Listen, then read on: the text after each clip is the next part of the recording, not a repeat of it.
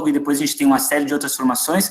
O Adriano ainda acrescenta mais uma, né? Ele tem uma primeira formação de arquiteto. Pelo que eu vi lá nos questionários, ainda não tem nenhum arquiteto conectado, mas o Adriano é professor de filosofia já faz muitos anos, né? A gente participa conjuntamente num núcleo de pesquisa de bioética vinculado ao Instituto Pense e ao Hospital Infantil Sabará. É um hospital aqui em São Paulo, e o Adriano tem dado aulas de filosofia, de artes, de cultura, para a equipe do hospital, né? Então, equipe médica e também funcionários, voluntários, no fundo, de repente você pode até contar um pouquinho, né, Adriano, mas é um grupo aberto para todas as pessoas que trabalham no hospital. E como eu disse ontem, eu não comecei o curso dizendo o que é bioética, nem o que é ética, porque é um problema enorme, né? Então, a ideia é o Adriano problematizar um pouco essa definição hoje, e só lembrando, então, que o curso tem vários tipos de aula, mas a aula de ontem, hoje e as 2 da semana que vem estão focadas mais nos fundamentos filosóficos, né? Só para a gente ter noção que são 4 aulas visitando mais problemas de fundamentos. É isso, muito obrigado, Adriano, pela participação, e o esquema vai ser como todas as aulas, né? O Adriano vai fazer um primeiro bloco mais expositivo, e quando ele quiser, ele abre para o debate, todo mundo pode ir participando, só manda o nome no chat, para a gente ter uma ordem aí de quem quiser falar. Obrigado, Adriano, mais uma vez. Tá bom. Obrigado, João. Boa tarde para todo mundo. Bom, eu queria começar protestando, né? Porque o João acabou de dizer que ele ontem evitou cair num grande problema, ficou implícito que ele está querendo deixar o grande problema para eu resolver. Eu não vou resolver nenhum grande problema, vamos deixar isso claro. Conceito de ética é realmente uma questão gigante, né? Também isso, o próprio João já falou, a minha formação, ele falou, né? Ele foi muito elegante, ele falou que eu tenho uma primeira formação em arquitetura, ele esqueceu de dizer que é a única. Eu sou arquiteto e ponto. Meu contato com filosofia é autodidata. Eu não fiz curso universitário, formação específica na área. E, sei lá, sabe como é que é, né? Vocês estão ligados às ciências da vida, né? A vida me levou para a filosofia, nem eu sei explicar como. É um desses fenômenos meio, né, ultrapassam a nossa capacidade de formulação racional. Mas, sem dúvida, é um tema que me fascina, mas eu não sou um especialista, então é bom vocês ficarem à vontade para questionar, indagar, né, discordar, inclusive se indignar, fiquem à vontade. Agora, também é fato que, talvez algum de vocês partilhe isso comigo, eu tenho bastante reservas em relação à ideia de converter áreas de reflexão como filosofia numa especialidade, né?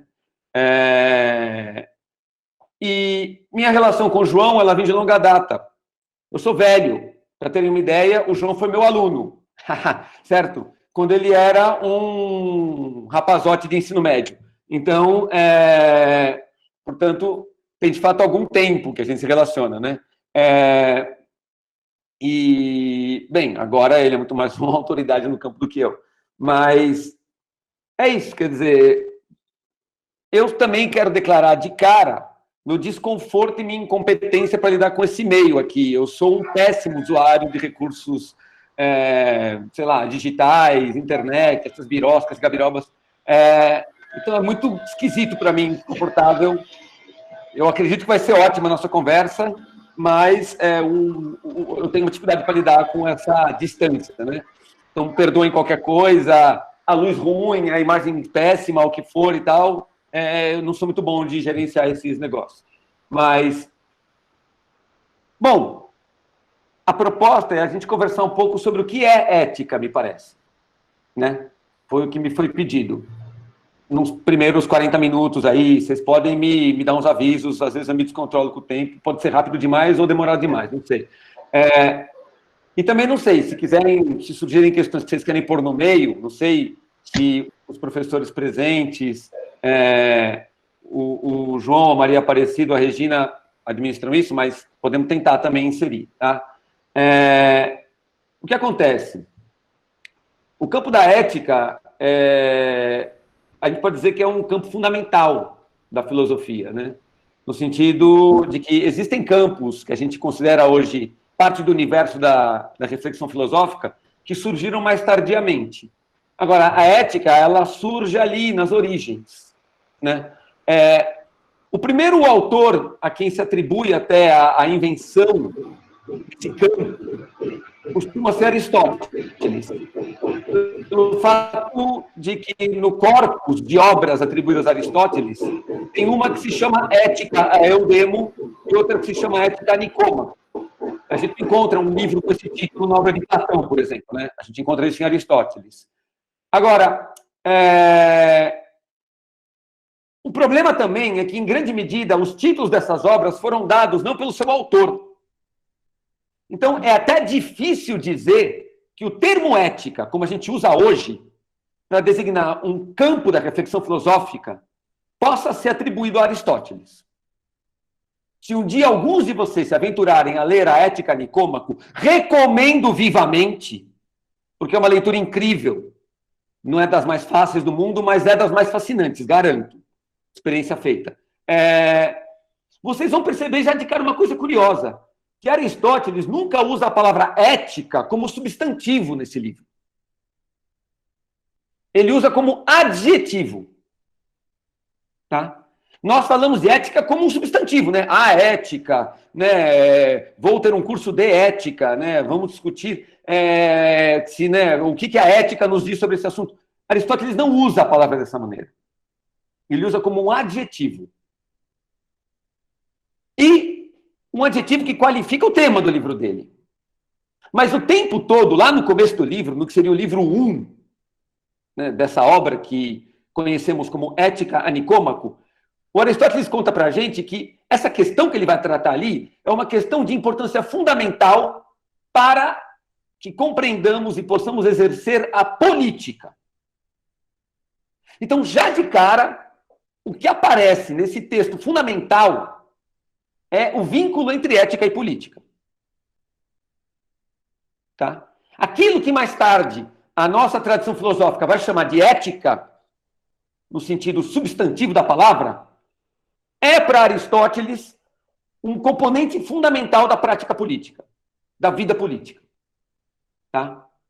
Eu quero dizer isso para vocês, porque aqueles que têm alguma familiaridade com o campo das ciências políticas e sociais, ou já tiveram lá algum contato com a história da filosofia, talvez já tenham ouvido falar que o que a gente chama de ciência política moderna nasceria, isso é uma baita discussão, hein?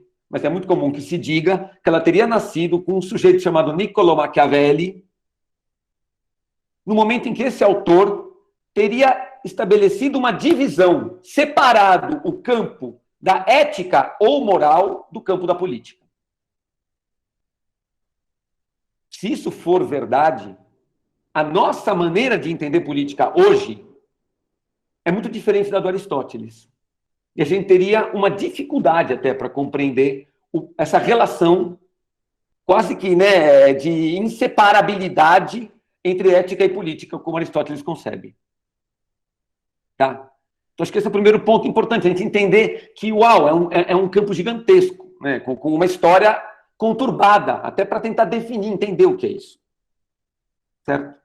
Então, já quero avisar para vocês que até essa ideia que se tem sobre Maquiavel é muito discutível, inclusive. Tá?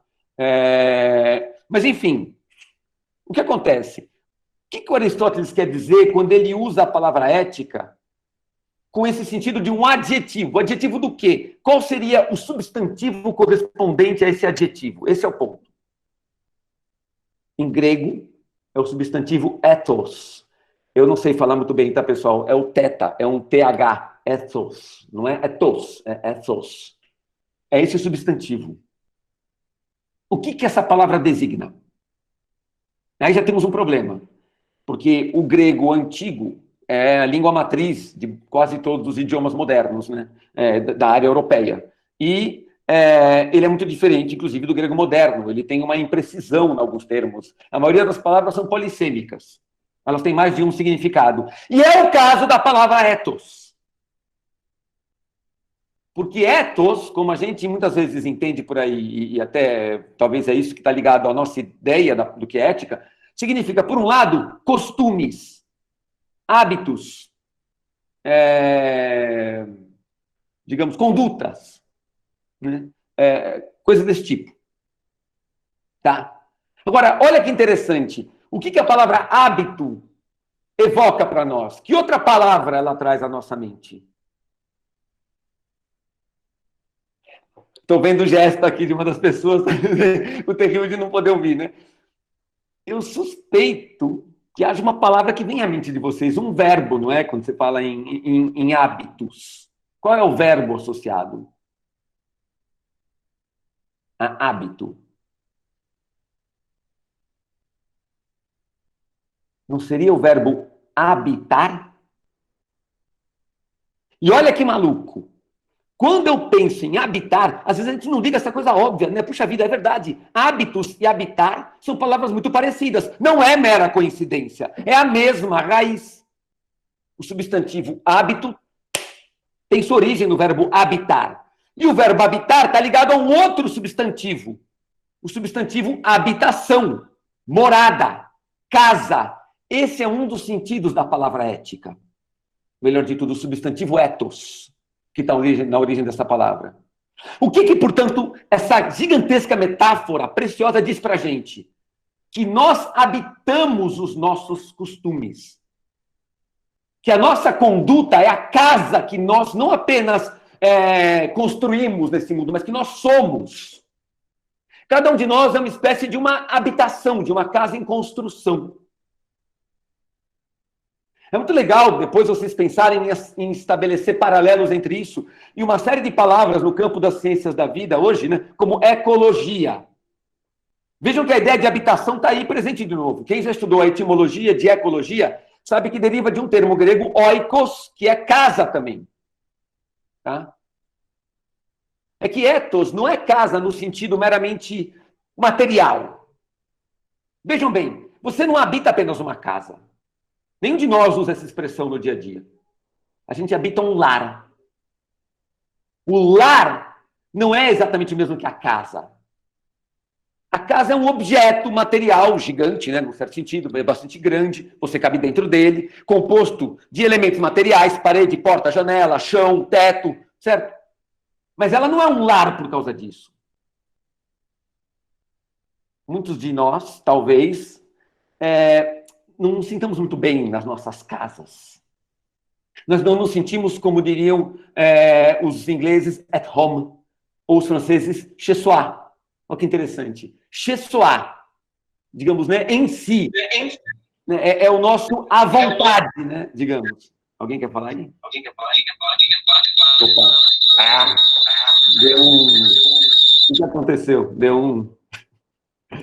Deu um piripaque aí. Então, o que acontece? É nesse sentido que ethos designa a morada. Né? Não é um sentido meramente material. É interessante pensar que a palavra lar deriva de um termo latino, não grego aí, que significa, designa os deuses domésticos, sabiam?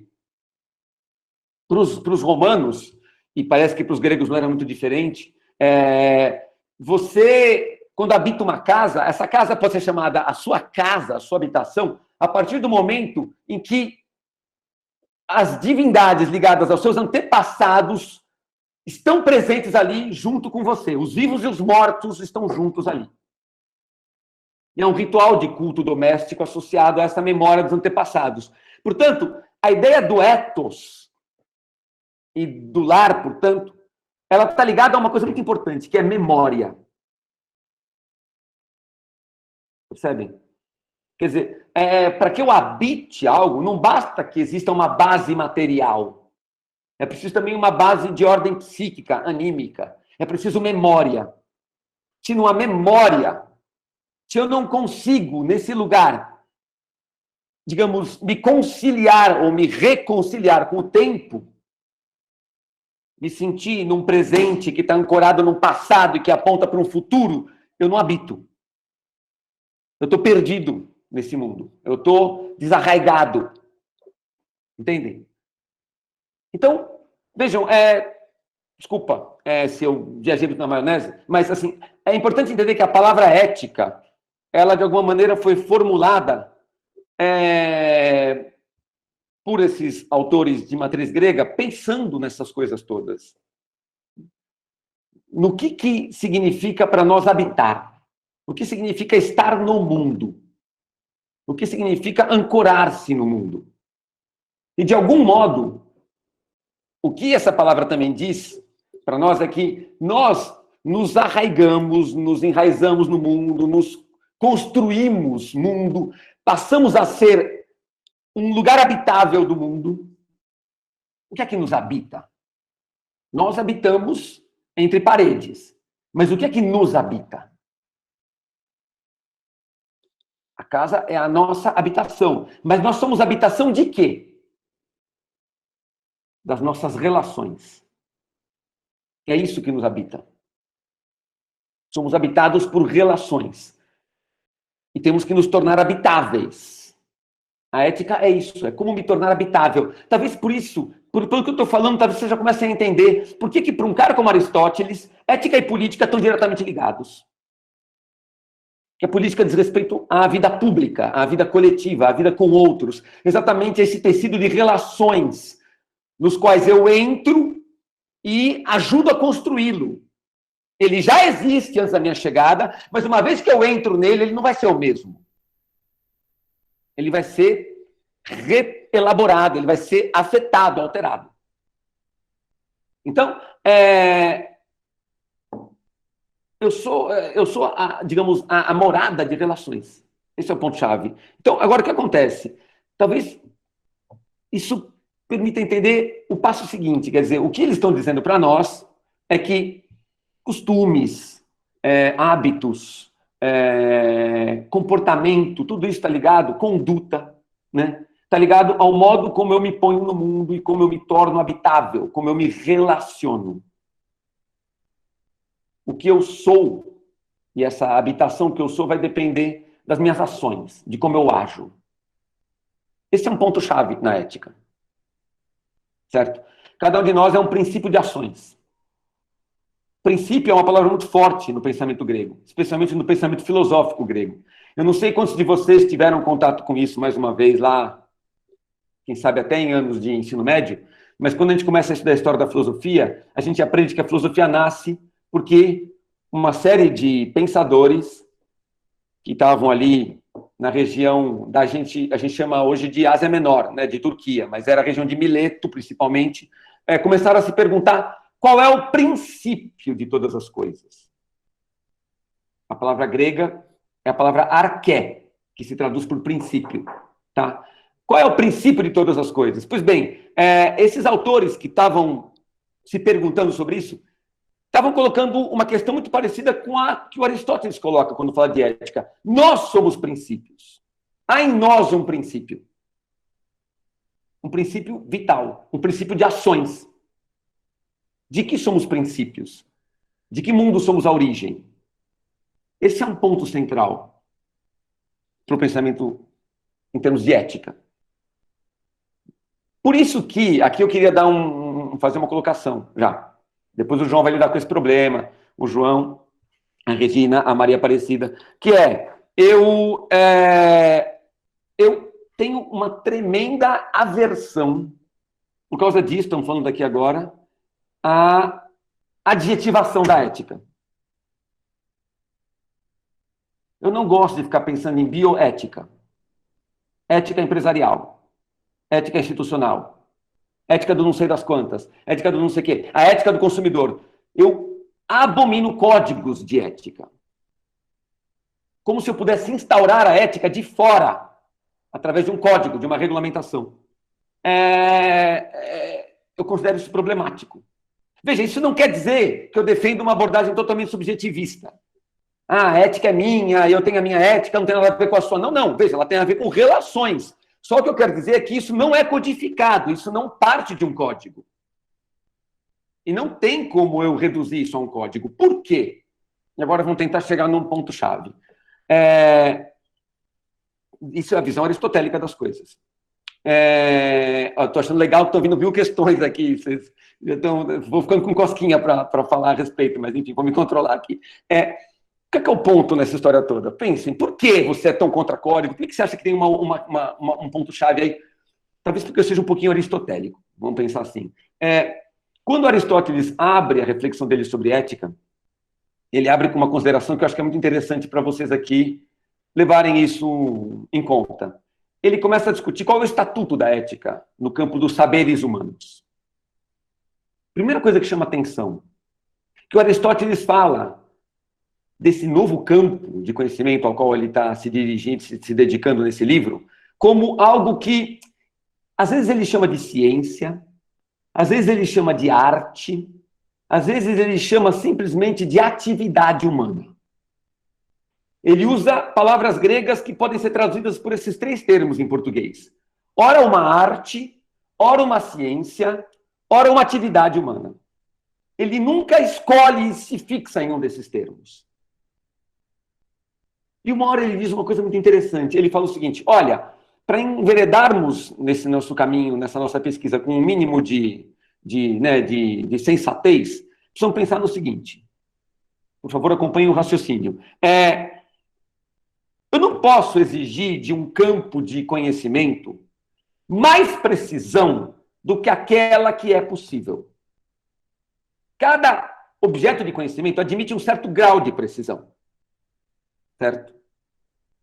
Quanto mais abstrato é o objeto do meu conhecimento, maior pode ser a precisão que eu consigo obter no meu conhecimento a respeito dele. Matemática é algo muito abstrato. E as respostas a questões matemáticas são exatas. 1 mais 1 igual a 2. Se alguém disser, eu preferia que fosse 2,75, eu falo, não importa o que você preferia, é 2, ponto. Né? Não podia ser 1,98? Não pode, é 2. 1 mais 1 é 2, acabou. Agora, quanto mais concreto é o objeto de conhecimento ao qual eu me dedico, sobre o qual eu me debruço, mais impreciso vai ser o meu conhecimento. Não se trata de algo que eu deva propriamente lamentar. É a característica desse meu objeto de conhecimento. Certo?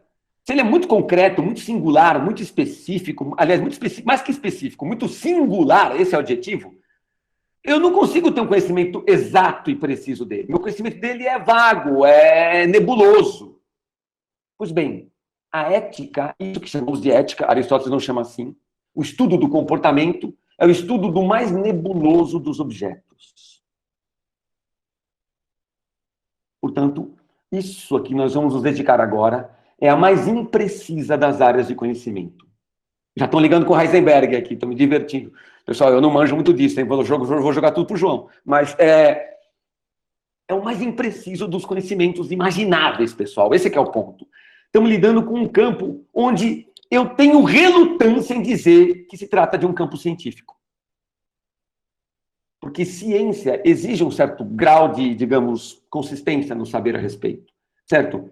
Talvez por isso até que a ciência assume que trabalha com modelos, porque no modelo ela pode afirmar coisas do mundo. O mundo é muito complicado, o mundo é meio complexo. Vamos falar do modelo, né? Pois é, mas a ética não pode fazer, digamos, recurso a esses modelos. Daí meu incômodo com códigos. O código é como se eu quisesse ter um modelo para lidar com questões éticas, né? E aí eu lido com o modelo, mas não rola, porque a ética, a questão central dela é algo singular. É a conduta humana, a conduta do carinha ali, daquele sujeito, né, Francisco de Almeida e Souza, brasileiro, em 2020, na rua tal, no bairro tal, ele foi lá e deu uma bofetada no Chico de Souza. E eu tenho que entender o que aconteceu ali. Não dá para usar uma regra geral. Não se pode dar bofetadas nos outros. Sim, em princípio, legal essa regra, mas se eu não olhar o caso concreto, eu vou acabar sendo injusto. Porque, de repente, se bobear, o sujeito em questão, já esqueci o nome que eu dei para ele, ele não agiu por mal. Se bobear, pode haver um caso bizarro em que a bofetada era a melhor resposta possível. E aí? Quer dizer, esse é o drama, né? Vocês podem ver aí, quando a gente discute as questões de maneira abstrata, né, em ética, o risco de você cometer atrocidades em nome do bem é gigantesco. Esse é que é o ponto.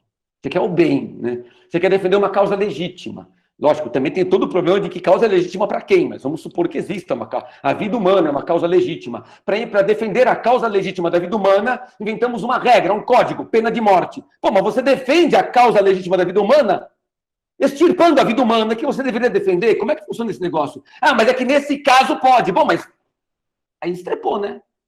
Percebem? É um baita problema isso. Então, qual que é um ponto-chave? A ética é dificilmente redutível a um discurso, digamos, propriamente científico, porque ela lida com o que é circunstancial. O circunstancial é fundamental para ela, não é algo a mais, não é, sabe, o caldo do assunto, não é um ingrediente, um temperinho, lá e tal, é o centro do problema ético. O problema ético por excelência é o que eu devo fazer aqui, agora, dadas as minhas circunstâncias. Esse é o problema ético fundamental. Percebe? E por isso que eu também não gosto das adjetivações, porque não se trata de algo do tipo, o que eu, como arquiteto, devo fazer aqui agora. Não, não. O que eu, como professor, devo fazer aqui. Não, não. O que eu, como existente.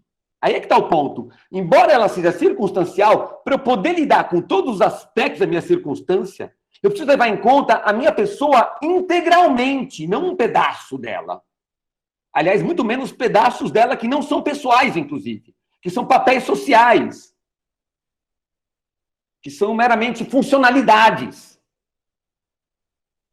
O que importa é o que você, como balconista, devia ter feito. Não, não, o que você, como ser humano, deve fazer. Esse é que é o ponto. O que você, como vivente, deve fazer. Vivente pensante. Vivente capaz de emoções, sentimentos, vontade, inteligência. Percebem? É o todo daquela pessoa concentrado naquele instante, naquele momento único. Aquela hora do dia, aquele lugar do espaço, aquele instante da existência, aquela configuração concreta ali, que pode mudar no momento seguinte. Para aquela mesma pessoa. Veja, a conduta que poderia ser eticamente considerada adequada da sua parte num dado momento, 5 minutos depois pode já não ser tão adequada assim. Porque as circunstâncias são qualquer coisa que muda o tempo todo. E daí entende-se por que Aristóteles reluta tanto em chamar de ciência esse negócio.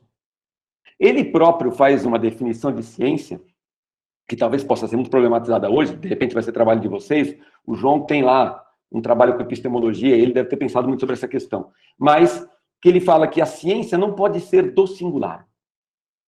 A ciência é sempre de algo geral, de algo que eu possa generalizar. Como o singular é a questão central da ética, até que ponto eu posso chamar ela de ciência?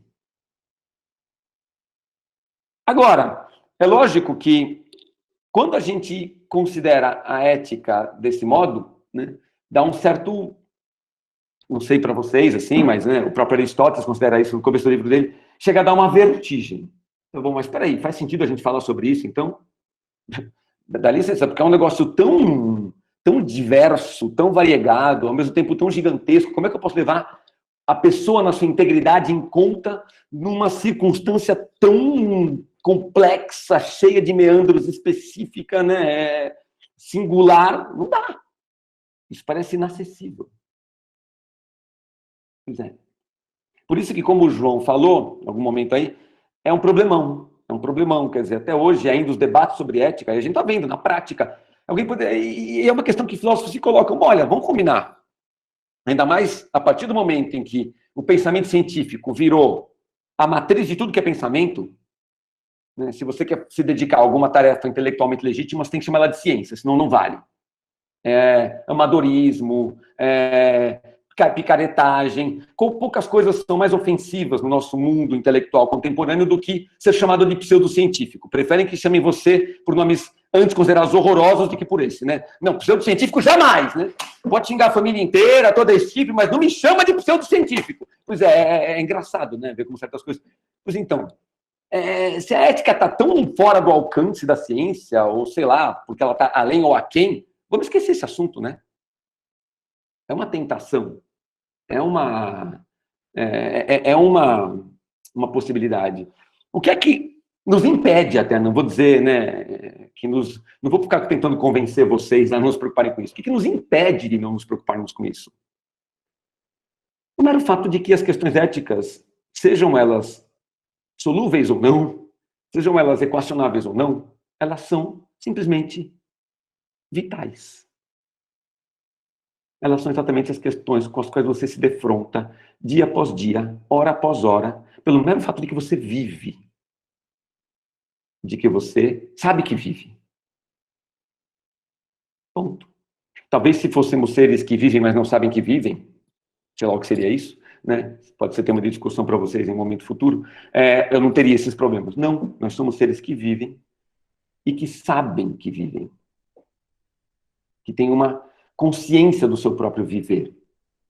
E que não apenas têm essa consciência, mas podem torná-la acessível a outros, porque você dispõe de uma coisa maluca chamada fala. E a fala permite um tipo de relação, que é, portanto, está ligado ao tipo de habitação que você será para acolher ou expulsar outros de você, que é uma relação intersubjetiva. A partir do momento em que eu sou um ser aberto a esta intersubjetividade, eu vou me defrontar com isso, quer eu queira, quer eu goste, quer não. Estou vendo vários comentários incríveis aqui, não sei o que fazer, João, vai administrando aí. Que se bobear, você responde, depois a gente... Né? Mas, percebem? Agora, lógico, talvez para pensar sobre o que é isso, né, também é uma discussão enorme. Não sei quantos de vocês já se perguntaram o que significa a palavra sujeito, que é a palavra que está presente nesse termo composto que acabei de usar, que é o termo intersubjetividade, ou seja, o fato de que, né, eu posso tornar acessível ao outro mediante linguagem, inclusive estados internos meus, percepções minhas do mundo, de uma maneira que nós, talvez equivocamente, aliás, em certo sentido, sem dúvida equivocamente, consideramos maneiras inequívocas, certo? É maluco isso, né? Já perceberam nessa coisa maluca que é a comunicação? Um cara fala, tá um lindo dia hoje, né?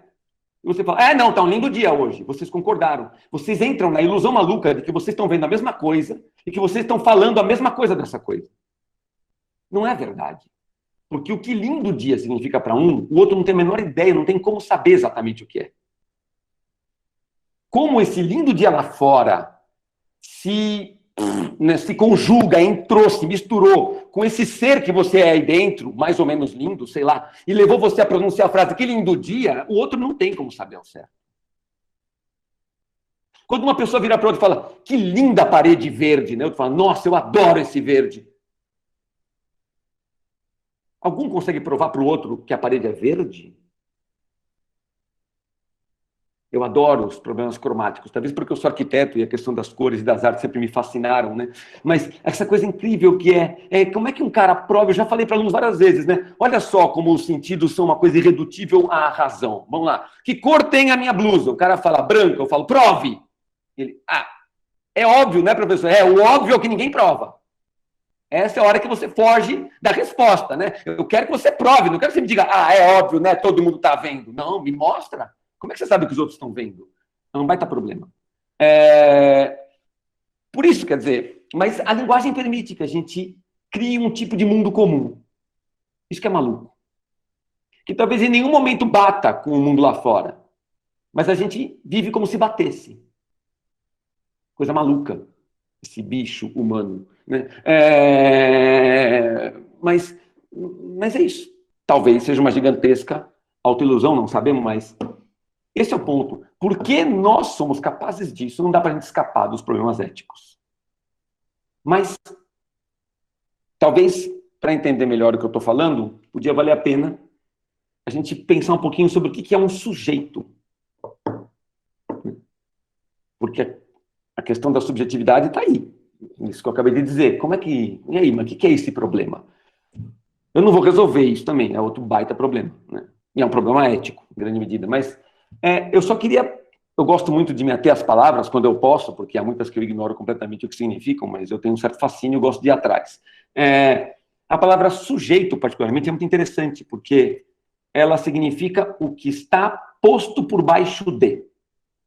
Sabiam? Subjectum.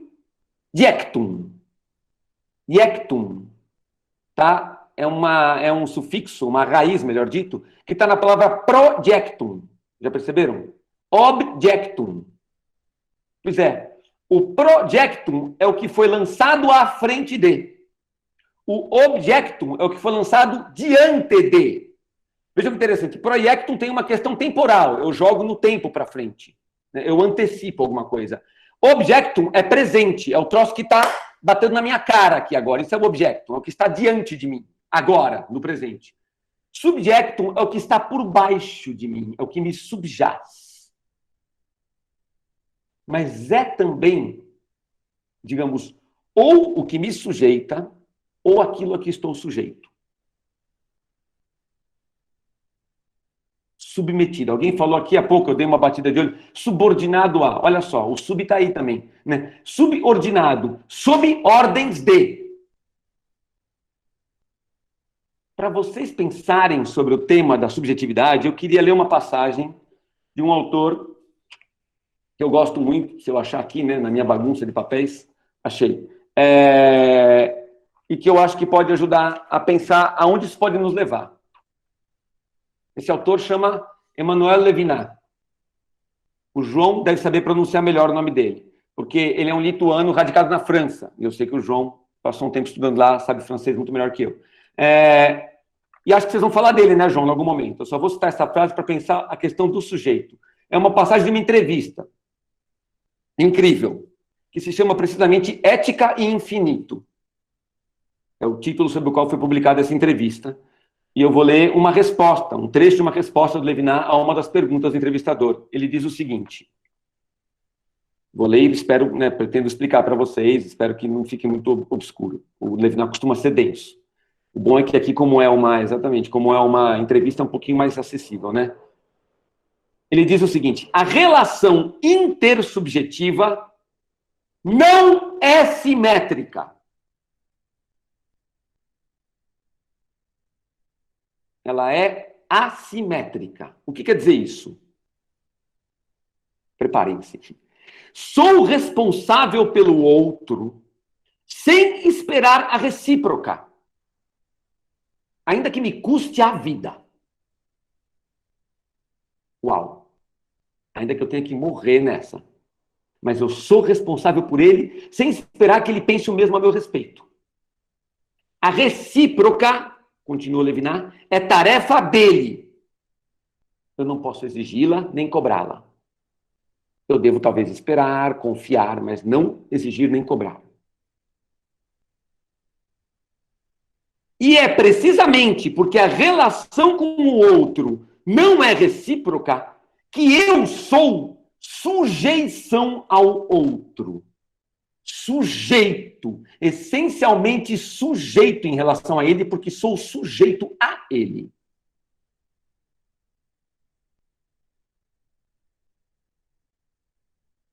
Vocês já devem ter ouvido alguma vez aquela frase incrível, e eu acrescentaria terrível, de Dostoiévski. Está em Irmãos Karamazov. Todos são culpados de tudo e de todos perante todos, e eu mais que os outros. Eu sinto um arrepio quando eu leio essa frase, e me embrulha o estômago. Eu não sei, repito, com muito prazer. Ela é dita por um personagem chamado Markel, no romance. Se um dia vocês lerem, prestem atenção nesse personagem. Todos são culpados de tudo e de todos perante todos, e eu mais que os outros.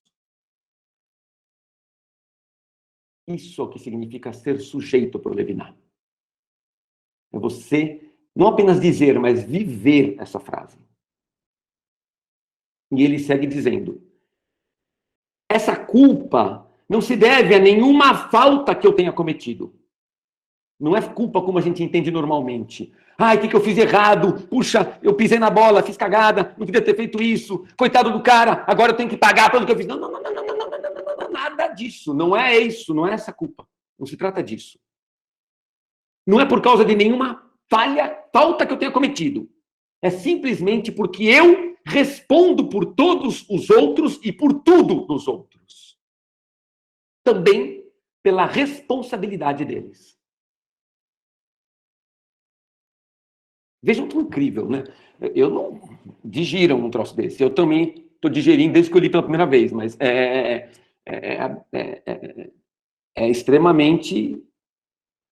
Aqui estão perguntando pela minha existência, veja que interessante. Na verdade, o terrível e o lindo disso tudo é que é pela existência do outro, se eu parar para pensar. Eu sou responsável, eu respondo por todos os outros e por tudo nos outros. Disso depende a minha existência. Vejam que interessante. Eu respondo, inclusive, pela responsabilidade dos outros. E ele termina dizendo, o eu sempre tem uma responsabilidade a mais do que todos os outros. Então, isso para vocês terem uma ideia de como se pode entender a noção de sujeito e, portanto, de subjetividade, quando você vai abordar o tema da ética e, portanto, para você poder entender o que é a intersubjetividade, o que é essa minha relação com o outro. Se vocês quiserem, depois a gente pode conversar, passar algumas referências, mas um outro autor que trabalha muito essa questão é um autor chamado Martin Buber. Ele tem um livro chamado Eu e Tu, onde ele vai dizer que, simplificando as coisas, não dá para explicar o pensamento do Buber aqui na íntegra, mas o que ele vai dizer é, o eu só existe graças ao tu. O tu precede o eu. Perguntaram aqui da questão da minha existência, mas eu passo a existir não quando eu me dou conta de mim, mas quando o tu me permite que eu entenda quem eu sou. Eu devo ao tu o que eu sou. Essas são as questões éticas. Quer dizer, talvez por isso, inclusive, é uma discussão que eu estou tendo com o João aí há muito tempo, né? Nós estamos quebrando cabeça com essa ideia, com esse problema aristotélico. Talvez por isso Aristóteles, quando ele escreve a ética, ele vai elencando uma série de qualidades que ele considera serem éticas fundamentais, e ele parece que faz caminhar toda a argumentação dele para o tema da amizade.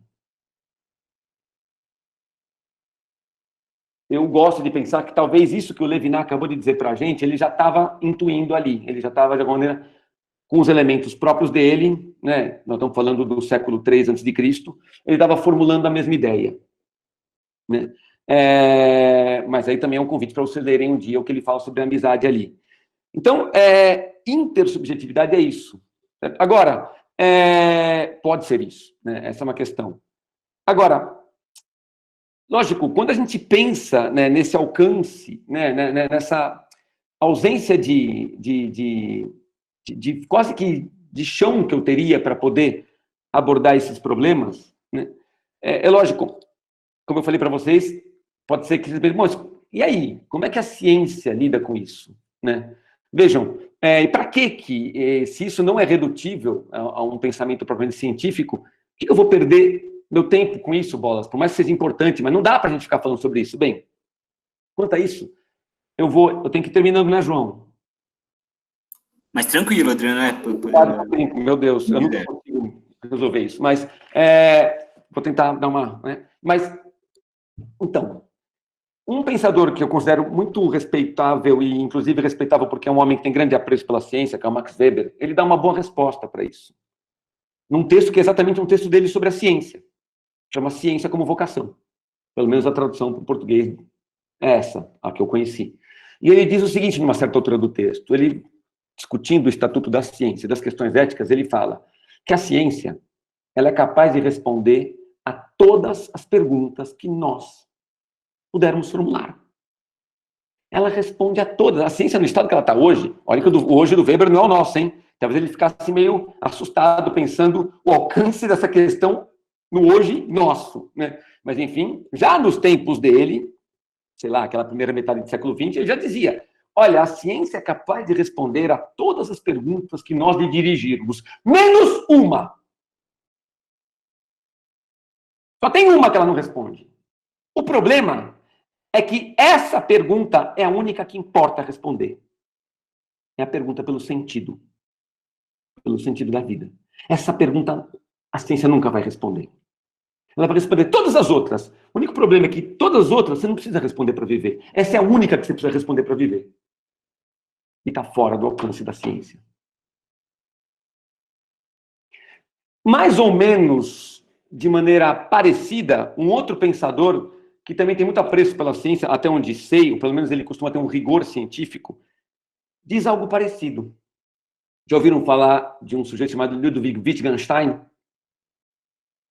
Wittgenstein tem um texto que vocês podem ler, um texto curto, incrível, exatamente, de uma conferência sobre ética que ele deu. E nesse texto ele começa, não sei se eu consigo fazer um rápido resumo, o João tinha até me pedido para eu centrar a fala nele, mas eu já acabei o meu tempo e nem comecei a falar dele, mas pode ajudar a fazer alguma colocação aqui. Ele começa a dizer sobre, digamos, qual é a questão ética fundamental? E ele até fala, olha, a gente poderia resumir a questão ética fundamental através de perguntas do tipo, o que é bom? Essa é uma pergunta que talvez é a questão central da ética. Sinônimo dessa pergunta, o que realmente tem valor? Outro sinônimo, o que é realmente importante? Outro sinônimo, qual é o significado da vida? O que a torna digna de ser vivida? Todas essas perguntas são a mesma pergunta, diz o Wittgenstein. Vocês não precisam concordar com ele, mas é o que ele diz na conferência dele. São a mesma pergunta, são sinônimos. No fundo, quando você pergunta o que é bom, você quer saber o que importa na vida. Você quer saber qual é o significado dessa vida. E ele diz o seguinte, pessoal, vou ter que resumir, mas o que ele fala, resumidamente, é, bom, essa pergunta só admite uma resposta de caráter absoluto. Bom, nessa pergunta, é bom em sentido absoluto. Não é no sentido relativo. Não é como quando eu digo, o que é preciso para ser um bom tenista? Eu respondo essa pergunta com uma série de frases para você. Mas quando eu pergunto, o que é preciso para ser bom? O outro fica esperando, bom o quê? Bom tenista? Bom cozinheiro? Bom pai? Bom companheiro de balada? Bom. Não. Eu quero saber o que é preciso para ser bom. O outro para. Hã? Como é que é? E o Wittgenstein dá um exemplo interessante. Ele fala, é mais ou menos como se eu estivesse à procura da estrada certa. A resposta à pergunta, qual é a estrada certa? Ela implica que haja um fim pré-determinado para onde eu quero chegar, ao qual eu me dirijo. Então, lógico que a pergunta, essa é a estrada certa? Ela, no fundo, é a pergunta, essa é a estrada certa para Sorocaba? Essa é a estrada certa para Roraima? Seja lá o que for, mas é a estrada certa para algum lugar. Agora, o que aconteceria se alguém perguntasse, não é isso que eu quero saber. Eu quero saber qual é a estrada certa. A estrada absolutamente certa. Das duas, uma. Ou você interna o cara num hospício, ou você fala, procure um místico, um rabino, um padre, um mestre zen, algo do gênero. Pois é, mas é um pouco o que diz o Wittgenstein. Ele fala assim, mas seja lá o que for, essa pergunta, que é a pergunta ética, ela significa o seguinte, se essa estrada existe, ela seria uma estrada que todos, uma vez que a conhecessem, teriam que tomar. Ou sentiriam vergonha por não tomar essa estrada. Agora, depois de dizer tudo isso, o Wittgenstein diz que essa pergunta é absurda do ponto de vista científico. Cientificamente falando, esse negócio é bizarro, não faz o menor sentido. Ele fala, assim como não faz o menor sentido, e para ele essa é uma afirmação de caráter ético, dizer, o mundo é fantástico, estou maravilhado pelo fato de que o mundo exista.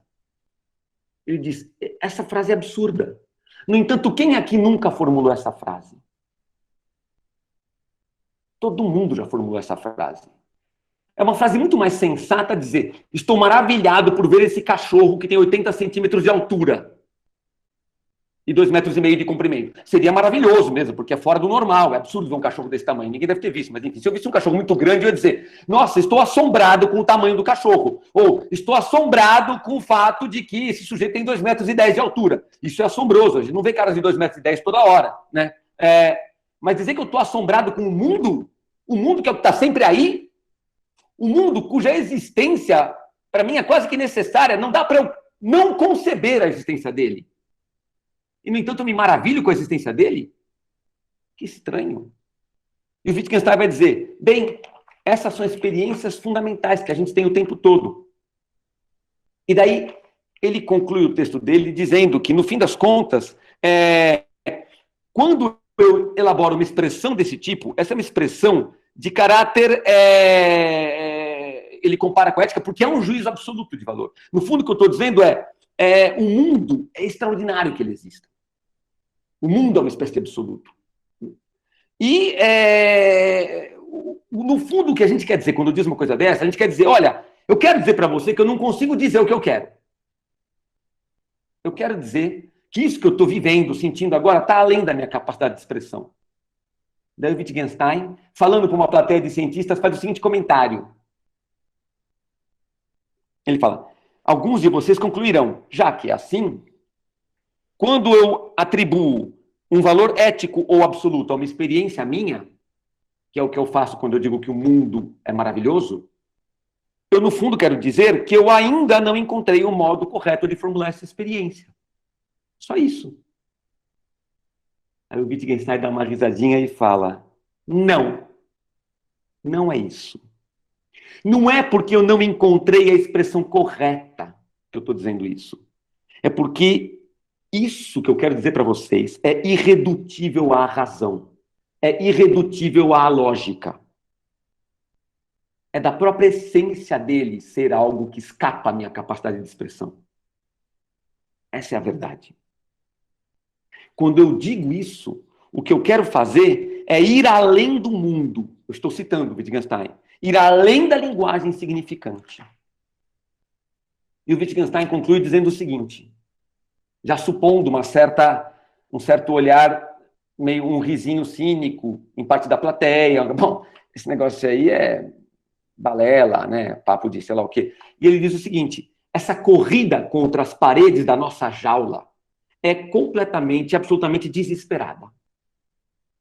Na medida em que ela brota do desejo de dizer algo sobre o significado último da vida, sobre o bem absoluto, sobre o valor absoluto, a ética não pode ser uma ciência.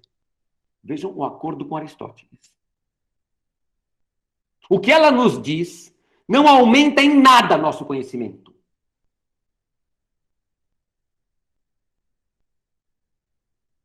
Porém, ela documenta uma tendência na mente humana que eu, pessoalmente, Wittgenstein falando, eu, pessoalmente, não posso me impedir de respeitar profundamente e nunca na minha vida me permitiria ridicularizá-la.